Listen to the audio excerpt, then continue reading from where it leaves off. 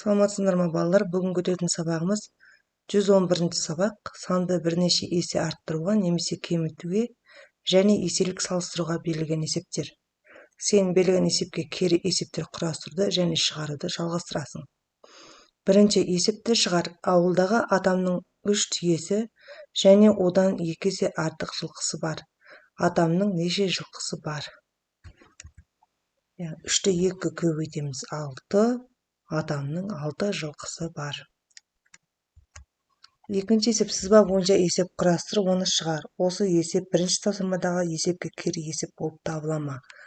Жауабыңды түсіндір. Мысалға былай алайық. Адамның 3 түйесі және 6 жылқысы бар.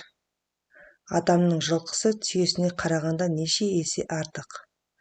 6-ны 3-ке бөлеміз 2. Жауабы адамның жылқысы түйесіне қарағанда 2 есе артық. Әрине бірінші тапсырмаға кері есеп болып табылады. Үшінші есепте есепті шығар. Саяхатқа 18 қыз және одан 9-ы кем ұл шықты. Саяхатқа қыздарға қарағанда ұлдар неше есе кем шықты? Шешуі 18-ден 9 алсақ, 9 ұл шықты.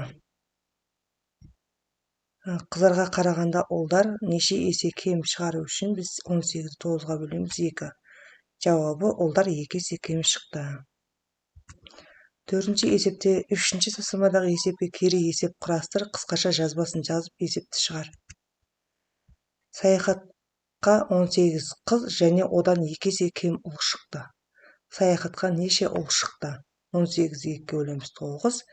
Саяхатқа 9 ұл шықты деп кері есеп құрастырсақ болады.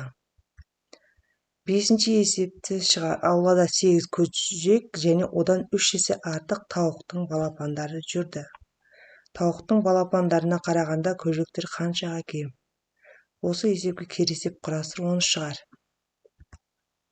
Шешуі 8-ге 3-ті көбейтеміз 24. Яғни тауықтың балапандары 24 болды. Тауықтың балапандарына қарағанда көжектер қанша кем деп тұрса, біз 24-тен аламыз 8-ді, 16. Балапандарға қарағанда көжектер 16-ға кем. Оған кері есеп құрастырсаңдар, аулада 8 көжек және 24 тауықтың балапандары бар.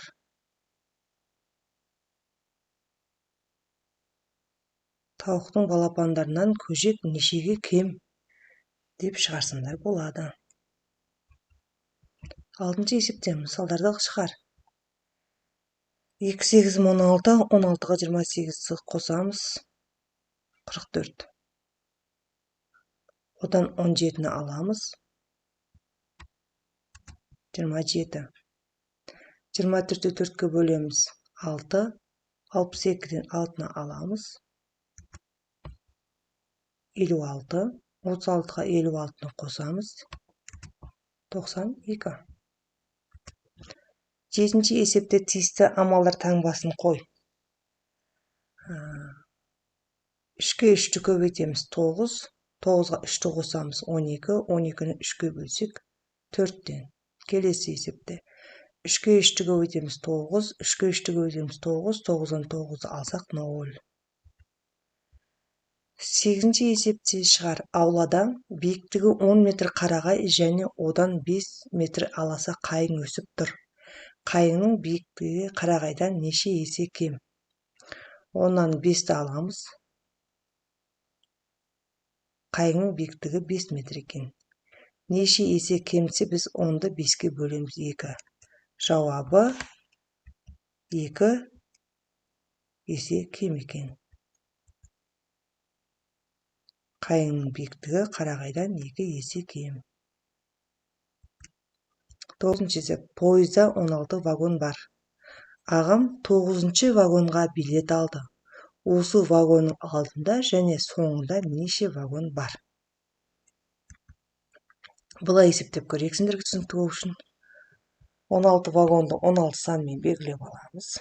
9-шы вагонға билет алды. Енді санаймыз. Алдында 8 вагон, соңында 1, 2, 3, 4, 5, 6, 7 вагон бар екен. Соңында 7 вагон болды. Осымен балалар, бүгінгі сабағымыз аяқталды. Каналыма тіркеліп лайк басуды ұмытпаңдар. Келесі сабақта кездескенше.